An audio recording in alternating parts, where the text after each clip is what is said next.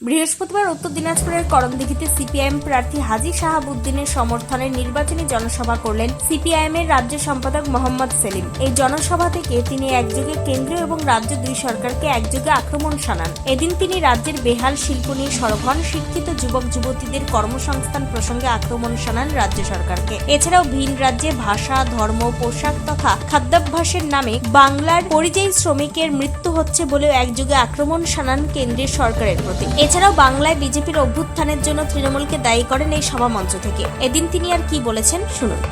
তাকে করণদিঘিতে জমা করে দিতে হবে যাতে আর ফেরত না যেতে পারে, এই শপথ নিতে হবে। আমরা ভোট লুট আটকাবো। তৃণমূল কংগ্রেস মস্তানি করে, গুন্ডা করে স্কুলের, মাদ্রাসার ভোট, কোঅপারেটিভের ভোট, পঞ্চায়েতের ভোট, পুরসভার ভোট লুট করেছে।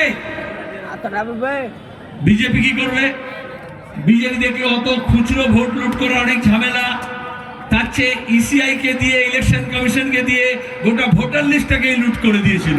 তবে জেলার রাজনৈতিক বিশ্লেষকদের অনেকেই মনে করছেন এই করণদিঘি কেন্দ্রের লড়াইটা এবার ত্রিমুখী হতে চলেছে। উত্তর দিনাজপুরের করণদিঘি থেকে নিজস্ব প্রতিনিধির রিপোর্ট, টাইমস 14 বাংলা। আরো নিত্য নতুন ভিডিও পেতে এবং তথ্য জানতে আমাদের ফেসবুক পেজকে লাইক ও ফলো করে রাখুন। সেই সঙ্গে টাইমস 14 বাংলার ইউটিউব চ্যানেলকে সাবস্ক্রাইব করতে ভুলবেন না।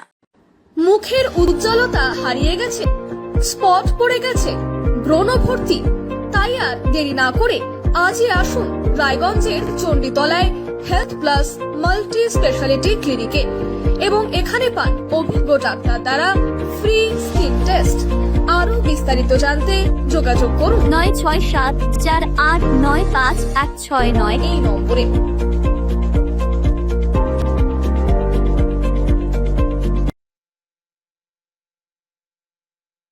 আজ তোমার বিয়ে সাজলো নতুন সাজে।